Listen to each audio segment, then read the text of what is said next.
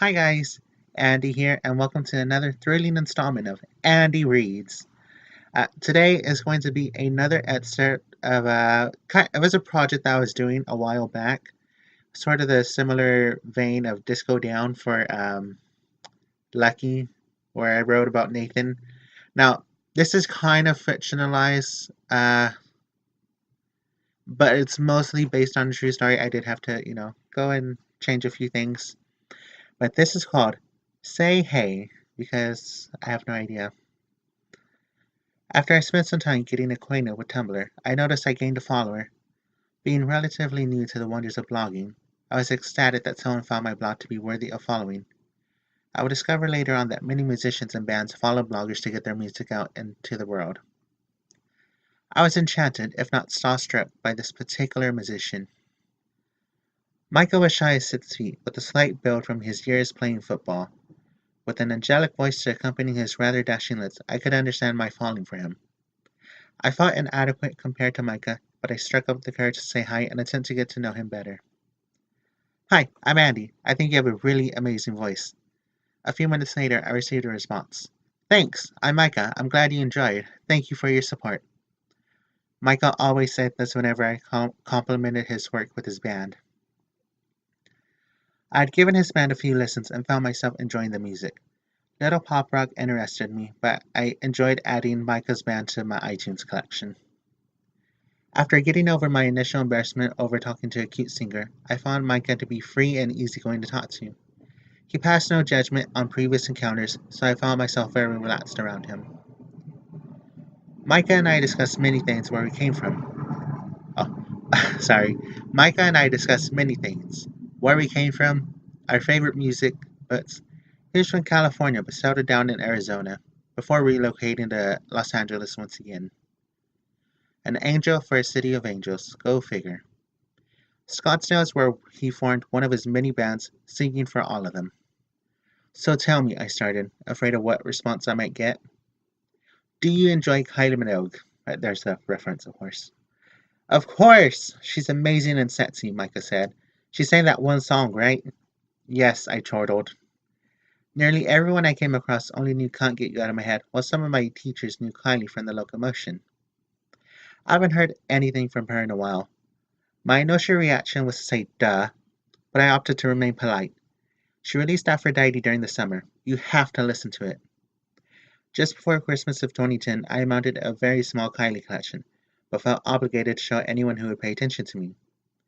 You have a neat collection. I'm a bit jealous. If you ever want to buy me some Kylie, you're more than welcome to. I took Micah up on his offer of buying him some Kylie, but never got around to actually buying him something. A few months later, Kylie announced she was bringing her Left Foley tour to North America, and when Houston was listed as one of the dates, I lost my shit. I immediately messaged Micah, keeping every word I said cryptic. Micah, oh my god! Andy, what's wrong? What happened? I had Micah on edge with my wary messages. She's coming! Who is? Micah asked, puzzled by what I said. The goddess of love is coming! Kylie's coming to Houston! Jesus, Andy, I thought something terrible happened. Are you going? Of course! I missed Kylie on her 2009 tour due to no tour date being near me, so I was adamant about seeing Kylie this time around. While Kylie was definitely not visiting the Southwest, I promised Micah I would film a bit of Kylie, especially for him. Knowing the setlist beforehand, I knew the perfect song for him, Cupid Boy. When the tour finally came to Houston, we Houstonians received a scaled-down show. What was originally Aphrodite Live became Afro Club Gig, a proper name for the show we received. My girlfriend, Kristen, and I arrived at the venue in horrible knockoffs I made of the Jean Paul Gaultier outfit Kylie wore in All the Lovers. Once inside, an unknown woman asked us to pose as she took a photo of us in the horrible outfits I made. I think everyone knows these are really bad outfits, I said. I think everyone knows these are really bad outfits, I said. Sign up my attempt to recreate a Kylie outfit. I like it, Kristen said, reassuring me that it was the most fabulous shirt she's worn. While the DJ began playing a set, Kristen and I indulged in taking ridiculous photos until Kylie took to the stage. Kylie was on fire that night, receiving a standing ovation for her cover of There Must Be an Angel Playing with My Heart. After chatting with the crowd for a few minutes before proceeding into a mashup, Kylie suffered a wardrobe malfunction. Her chainmail dress was caught and her backing vocalist proceeded to fix it. Wardrobe malfunction, Kylie belted, laughing it off. As the show was coming to an end, I felt the sadness that I was not able to experience this moment with most of my friends. Micah entered my thoughts as I imagined how he would have wrapped his arms around me as Kylie finished with all the lovers. After Kylie disappeared, Kristen and I waited outside in a cafe while a friend of ours bought merchandise. Eric, our tall friend, decided to buy Kristen a poster of Kylie. I felt bad at the time as I did not buy Kristen anything, but she told me that I helped her buy her ticket. That meant a lot, so I felt more okay about it. When we met Kylie, Eric made her laugh. Come back within the decade, Eric shouted. Within the what? Kylie asked. Eric's sentence unheard over the crowd chattering away. Decade. Kylie chuckled at this and proceeded to sign everyone's belongings. When she departed, Eric, Kristen, and I decided to grab a midnight meal. When we finished, everyone was dropped off at their respective house, and I immediately took to the computer, with Micah being my first person to message. I met Kylie. She's so sweet, and the show was beyond amazing. Knowing he's probably busy at his bartending job, I left Micah an audio clip of Kylie singing the first few lines of Cupid Boy. With my wonderful evening taking the most out of me, I decided to sleep.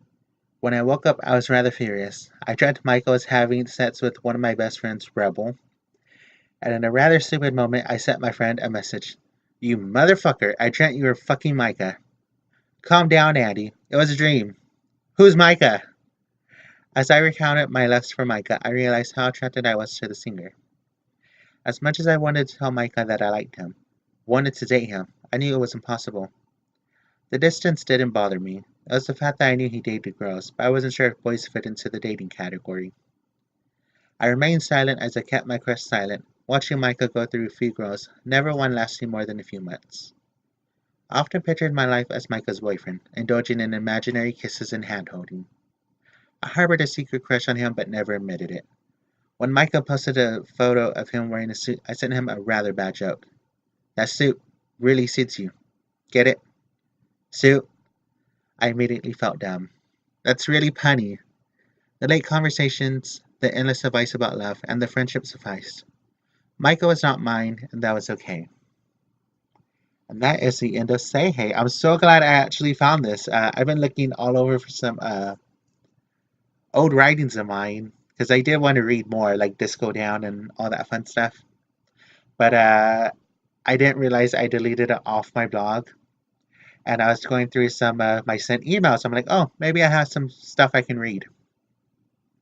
And it turns out I did send a lot of it to a friend, about 4 or 5, and then that's it. So I kind of do want to rewrite it. So, what I originally had planned, I did find my notebooks filled with stories. So I might continue this at some point. It's very fun.